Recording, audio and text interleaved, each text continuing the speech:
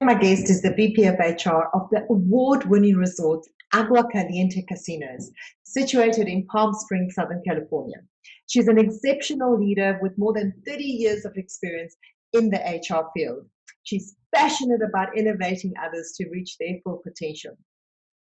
Ladies and gents, I present to you one of the most positive and energetic people I know, Robin Stone. Thank you for such a lovely introduction, Haydee. How are you? It's lovely to see you. So, with so many organizations opening up for business again, which one leadership quality do you feel is the most imperative for leaders to demonstrate to team members right now? For me, the choice is easy. It's compassion. What is compassionate leadership exactly? And how would you define it, Robin? Their life has changed. They might be in a situation where, remember, schools are still closed, daycares are closed. I've got to come back to work, but now I'm the child care taker. Or parents might have moved in because they've lost housing. All kinds of factors going on in that world for that person and every person. For us, it's over 2,300. But when we're calling those team members back, we need to be compassionate.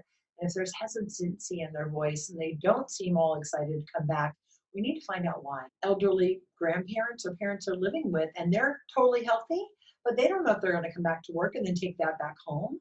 So they're scared.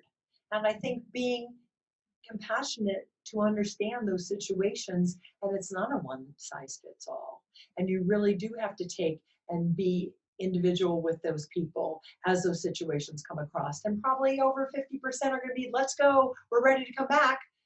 But for those other 50% that aren't, you've really got to be compassionate because you don't know what's going on at home. So, as we reopen for business, many leaders are going to busy themselves with really urgent meetings and day to day operational issues triggered by this current situation, as well as some self preservation and a desire to maintain control. How can leaders right now find their compassionate voice and begin leading others and the organization into a post crisis normal, if there's such a thing? Treat every team member like the heart is breaking because it just might be. Post COVID, and we have that philosophy and that mental state with our team members and lead that way, which totally spills into compassion, and we think about their situations, I think that we're going to be in a much better place, not just for Agua Caliente, but any leader out there who chooses to do this. I think there's so many benefits of it, not just from a business point of view, but from an engagement and a connectivity point of view. Studies have shown that compassionate leadership does actually foster belonging and inclusion to unify the organization. And it really highlights your employer brand, doesn't it? When team members see that daily leadership compassionate acts are taking place. This in turn also engages employees to be part of reimagining and planning the company's post-crisis future. Robin, what key traits of compassion do you think are important for leaders to embrace right now? As you said, they're going to be very, very busy getting into meetings, trying to get their stores or their restaurants or their casinos, whatever those businesses are open. And they have to listen to their team. Operators are going to be so excited to start talking, and we got to do this, we got to get going that. But what did you hear back? Listen. I think that's going to be the most important thing. Some practical examples of what compassionate acts look like in the workplace. If they aren't feeling well, don't come to work. We have attendance policy, but we're going to relax that a little bit. So they're going to feel comfortable, and we want to be able to let them know that we are compassionate and we're not just greedy operators trying to get everybody back in the door. We're really going to lift a lot of things and relax a lot of things for this new normal that we're going to be experiencing. So, how does a company benefit from leaders showing more compassion? And you think about the time that we've invested in these team members. We don't want them to go somewhere else because right now there'll be a lot of opportunity for them to go to somewhere else or to stay home.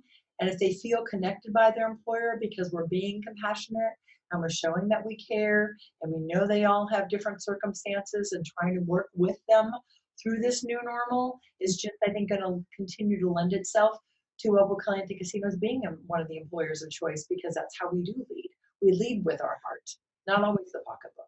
Robin, in your opinion, what leader do you know that best demonstrates what compassionate leadership is about. It's funny that you ask because I've had a very small workforce. A lot of that 100 and some odd team members have been hourly team members. My COO, Sal Sherry, he has not left this property since all this craziness started. Wow. And we have COVID conference calls every week. And the first thing he says to all of us is, how are you? How are your families? Please stay healthy. Please stay safe.